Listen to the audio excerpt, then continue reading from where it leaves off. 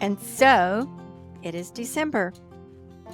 Whether or not you decided to wait until the first of the month to dive into the holiday rituals, or if you've been at it since the day after Halloween, each to their own, I say.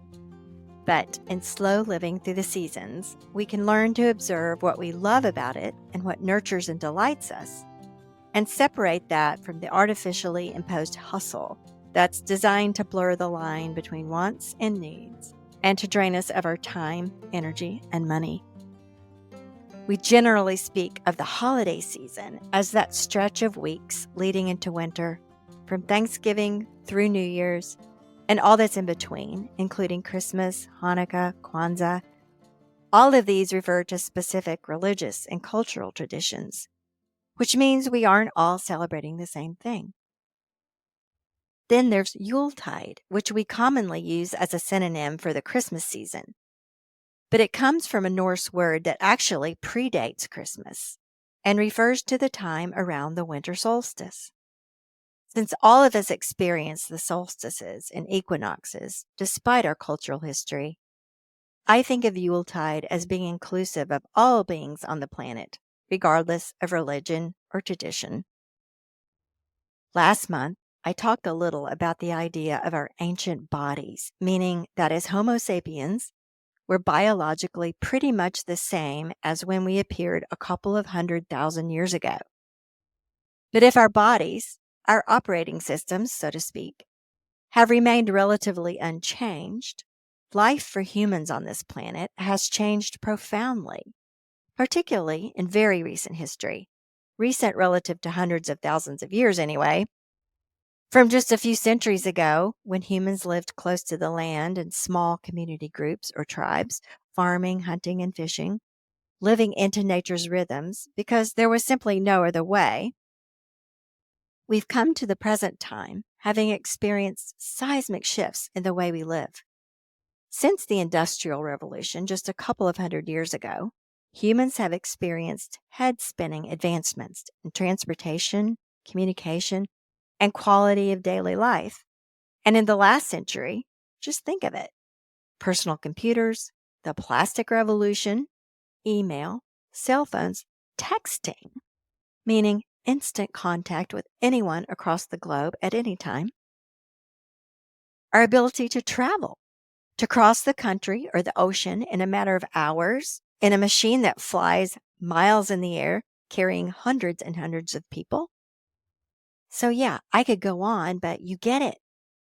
Anyway, back to the idea of how maybe when we stop to think about all of this, we can appreciate how we're linked to our ancestors who were, in this season, feeling cold and hungry in the darkness, anxious about food for the winter, and gazing at the sky in eager anticipation of that moment when the sun would begin its return. In ancient times, that was their moment of hope for survival. That was their reassurance. That was the celebration. Whatever we're celebrating in December, whether it's the birth of the Christ child or the miracle of light in the darkness, cultural heritage or family tradition, the urge to gather together in feasting and celebration, seeking warmth and light, is something that connects us to the common human experience of being vulnerable to nature. Perhaps we don't regard the winter solstice with the same reverence as humans once did. We don't fear for our survival until the light returns. Yet, how we love our twinkly lights, our candles glowing in the darkness, our fireside gatherings. I think it's a vestige of the comfort those earlier humans felt at this time of year in the warmth and light of community, fire, and food. And perhaps it's why, all these millennia later, it's the time for celebrating so many different traditions. I don't know this. It's just an idea, but it makes sense to me. So maybe the impulse for gathering and celebrating in the darkest and coldest time of the year is something more primal than cultural. Perhaps the simplicity of this is something that can guide us in slow living through this season, seeking warmth and good cheer in meaningful interactions with others, enjoying good food and celebrating hope, What more do we need? Well, there's a big holiday machine out there that's telling us there are lots of things we need to have, buy, give, experience in order to do it right, whatever that is. Just remember that very few of those things actually have anything to do with the real experience of this season. Ask yourself, what is your delight? Whatever part of the cultural celebration you enjoy, embrace it.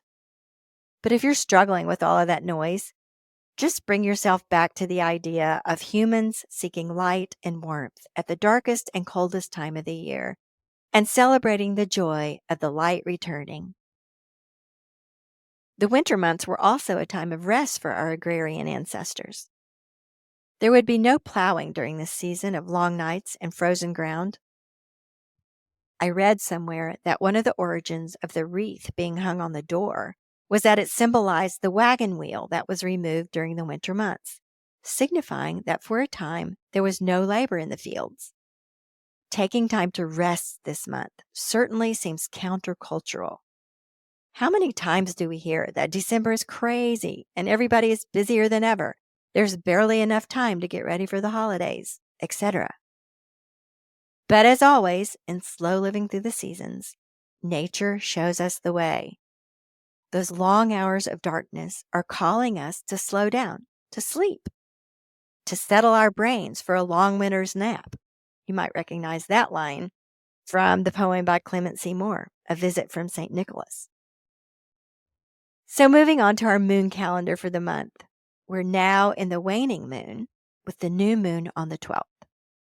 December isn't going to be a planting time for most of us, but if you still haven't planted your garlic and your ground isn't frozen solid, we've got fruitful signs tomorrow through Sunday, so go ahead and pop it in.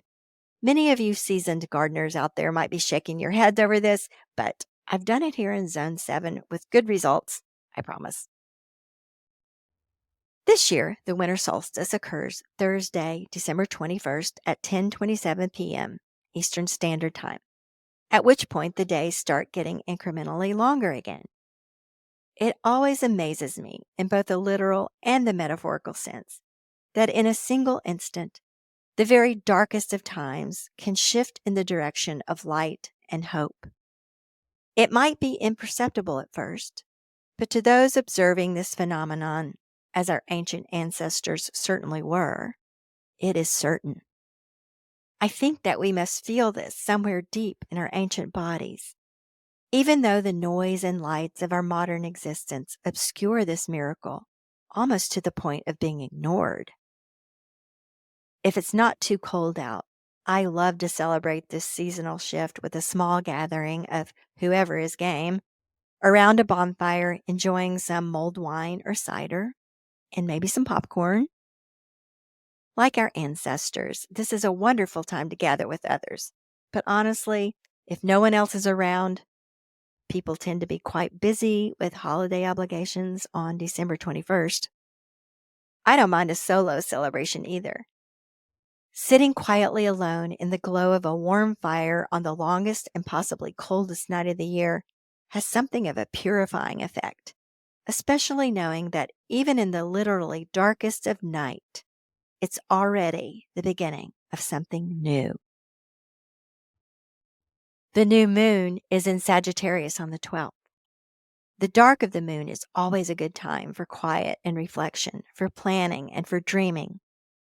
But I think the dark moon closest to the winter solstice must be especially so.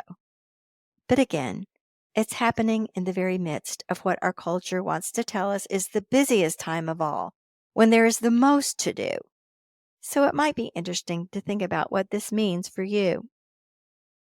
When my kids were school age, this would have been the time of year-end recitals and concerts, dance performances like the Nutcracker, class holiday parties, you name it.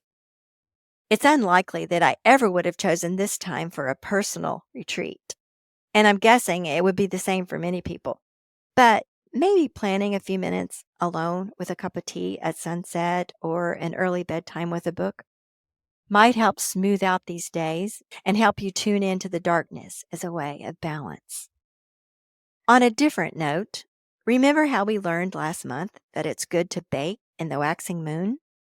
So if you've still got holiday baking to do, any time from the new moon through Christmas Day works well, but especially the 13th through the 15th in Capricorn, the 18th and 19th in Pisces, and the 22nd and 23rd in Taurus. The full moon in Cancer is on the 26th. This is the day the retail world wants to tell you it's all over. Pack it all up and go shopping for sales. But it's the last full moon of the year, and it comes in a very fertile sign. So I'm hoping to tap into that potent energy for some ideas I have for 2024. Maybe I'll get started on something, or maybe I'll just start making space for it in my mind. Do some clearing out. I love the feel of that down week. I love the openness and freedom of it. It always feels like it has such potential. Also, Christmas is officially for 12 days beginning on the 25th, and Kwanzaa is December 26th to January 1st. So it could also be just delicious downtime. Speaking of delicious, there's obviously a lot going on in the seasonal kitchen at this festive time, and my guess is that you've all got more than enough on your plates, so to speak.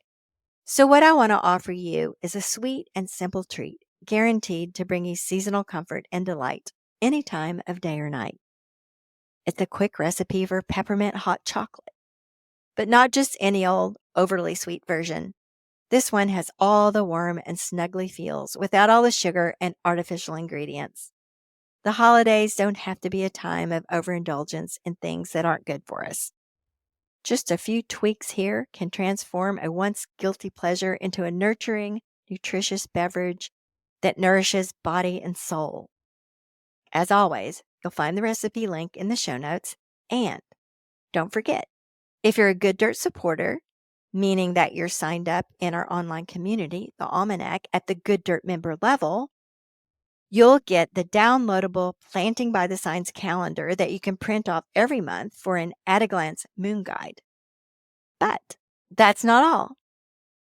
Because right now, we're running the Good Dirt Pledge Drive to rally our listeners behind what we're doing here at the Good Dirt. So if you pledge now to support the work we're doing here on the show, all of our efforts to educate, inform, and inspire you in your journey to a slower, more sustainable lifestyle, you will qualify for some extra bonuses and gifts as a thank you from us for your help in keeping the show going. We understand what we're asking of you. All of us live surrounded by a glut of information every day. It's too much, really. We can turn to any of a number of platforms and programs at any time for input on any topic. It's simply a matter of choice, and much of it is free. So, why would we expect anyone to make a financial commitment to our one small podcast?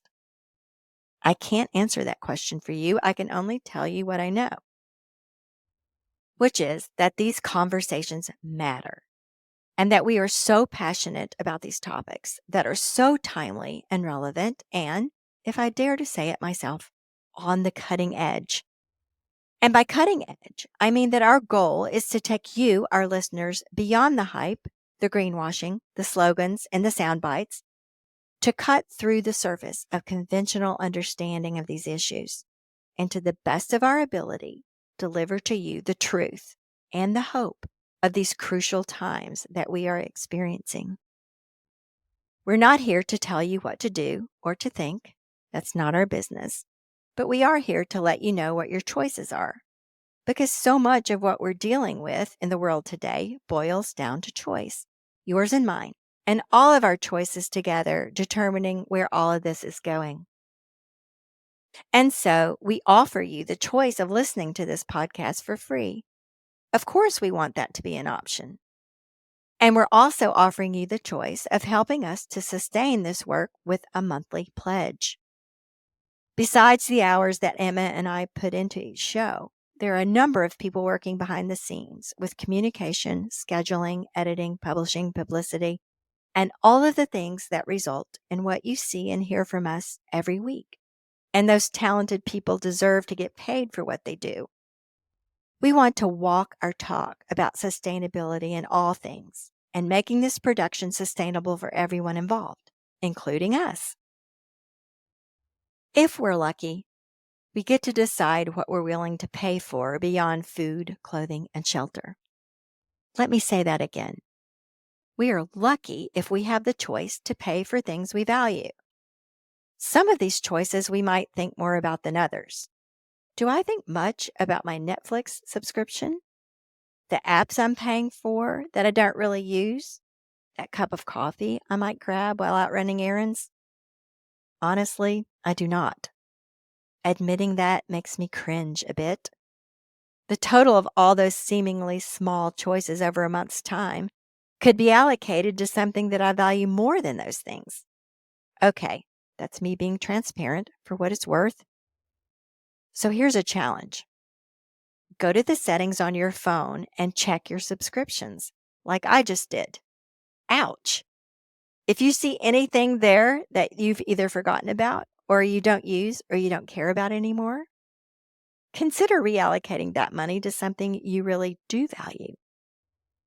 Whether or not that's a pledge to the good dirt isn't the point. But if you're someone who enjoys this podcast, who recognizes its value, and you want to see it continue, we invite you to go to the link in the show notes and select the level of support that you feel is appropriate to you. I'll leave you to go check out all the goodies. But if you're interested in a chance to go deeper into the conversations that you're hearing on the podcast, and you'd enjoy some behind-the-scenes content, you'll love what we've got in store for you in the Good Dirt Supporters membership. Oh, and let me add this. We've got it set up so that you can give this pledge as a gift to anyone who you feel would enjoy a membership in the Good Dirt Supporters or the Almanac, our premium level community membership. We've got all kinds of great stuff going on in there. Events, gatherings, discussion threads, discount perks, and all the benefits of sharing with others on the sustainable lifestyle journey. Again, it's all about choice. As we say in the opening lines of the Lady Farmer Guide, slow living is about paying attention to how we spend our time, money, and resources. But what about someone who is so overwhelmed by circumstances or responsibilities they can't even see that they have any choices? A job or a lack of one, family pressures, health issues, depression, war, poverty, isolation. All of these things are certainly a part of the world we live in. I have no answer to this, and who does? But if you are one person hearing this who might feel this way, for whatever reason, I would ask you if there is any one thing you can choose to make this moment better. One thought, one glance out the window, one moment in the sunshine, one full deep breath, one person to reach out to. I understand these are not solutions. I'm not offering solutions here, just some things to think about. And circling back to the idea of how to be during this season, when nature, our ancient bodies, and our modern culture might seem to be working against each other at times, let us choose thoughtfully. Choose beauty, delight, and love. Choose rest. Choose the earth. Choose well. Wishing all of you the magic and joy of December. I'll be back in the new year. Goodbye.